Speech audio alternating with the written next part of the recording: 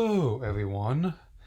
Well, now that it streamed earlier today, here are my reaction and thoughts on the Mario movie Nintendo Direct, which simultaneously debuted with notably on stage at New York Comic Con. And even though I'm not going to be going as in depth as I have with other Direct presentations, it's still plenty to unpack, which I will include my thoughts on the initial teaser. So let's begin. Alright, and so the presentation is led off by both Shigeru Miyamoto as well as Chris Meledandri.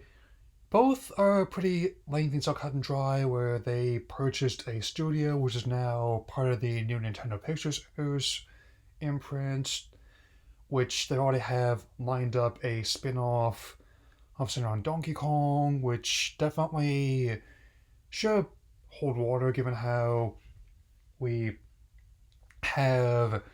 It's been a long time since the infamous 96 TV show, a lot of events CGI, which, even for the time, trying to wrap my head around how the style came out on the same time both the reboot and Beast Wars already well into their runs, man. And with that in mind, I also had some more bits from Chris Pratt as Mario and Jack Black as Bowser. There have been a lot. In a lot of the case, I have seen so many Tenacious D jokes coming from that, and I'm highly amused by that. I mean, I guess maybe Kyle would be like King K. Rool, potentially. Maybe. It's possible. Yeah. Good. I didn't see that leaks from this McDonald's tie-in that's probably going to be coming around side of the movie. When it finally opens next spring. It was going to be this Christmas before, everything kept happening. The same reason why it took nearly 2 full years to get the Minions sequel out, and a whole gaggle of gentle minions in suits were showing up to the movie. Again, I can verify there's no one doing that in any place where I live was showing it, but I did see quite a few people in Naruto shirts going in there, at least. And it does make sense, not too far leak given how they're already partying with Universal for like the theme park, or not just the one that's in Japan, but also one's going to come to States in both the Orlando and Hollywood parks. Compared to the contemporaries of Disney, Pixar, and even DreamWorks to an extent, they tend to operate a much more modest budget. What budget there is, however, it tends to be pretty well spent. They know how to make a lot out of a little even, and if there are some types of views, pay attention, start to notice some of the tricks as well, man. But I don't get in that discourse because it's nothing I haven't heard people say about Hanna-Barbera and past generations, and they are now a subsidiary of WB, so there's that.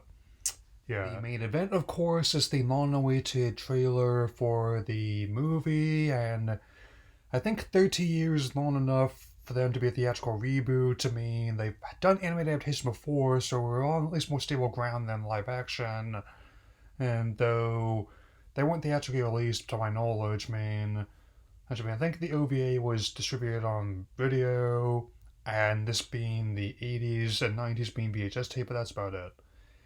At least half the trailer shows Bowser and his armies invading the Mushroom Kingdom, decimating what appears to be like some of the penguin and from Mario 64. So that's a nice Easter egg, I would say already. And the other half featuring Mario and Toad and the Mushroom Kingdom and its many Easter eggs, and even some glimpses of other characters we're going to be seeing, like with Peach and Luigi. Charlie Day, of course, wants to do a spin-off for Luigi's Mansion, which would be perfect, especially like how funny he can be in Always Sunny in other movies as well. Also, yeah. And as for Chris himself, I think I've kind of called it where it's gotta be more like the Brooklyn accent than the Italian one on which definitely reminds me a bit of Captain Lou Albano's version. He was workshopping that in like one of those McDonald's promotions earlier in the year. Here. And another little indicator for today of my pop culture age for any of you younger ones who might be watching this. So, yeah. I can tell they're trying to avoid repeating the mistakes they made last time. We've made some improvements since that we've had things like Detective Pikachu, the Sonic movies, and even ones that are adjacent to this one was like Free Guy, which is easily the best unofficial GTA Online we've ever seen. And with that being the case, it'll be an interesting one to keep an eye on when it comes out next April. And I'll be addressing the Scarlet and Violet info dump that we got earlier today as well. But I'm gonna need a few more days to unpack it, especially since something came up that I'll be eager to address. Something very spooky, and you might say in its place will be a special presentation. Yeah. And that'll be all for now. So, take care, everyone.